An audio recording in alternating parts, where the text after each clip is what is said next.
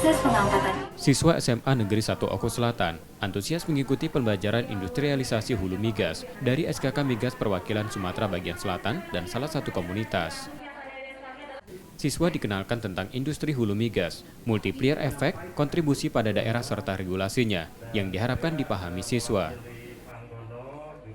Dan tentunya dengan melalui kegiatan ini, hal-hal yang seperti kamu lakukan dapat meluas informasinya ke masyarakat dan juga nanti bisa menjaring juga putra-putri terbaik supaya nanti bisa mendapatkan kesempatan lah untuk dapat menjadi bagian daripada SKK Migas. Siswa dan siswi SMA ini kan punya potensi. Nah, mengedukasi mereka supaya ke depan mereka ini kan sebagai generasi penerus ke depan.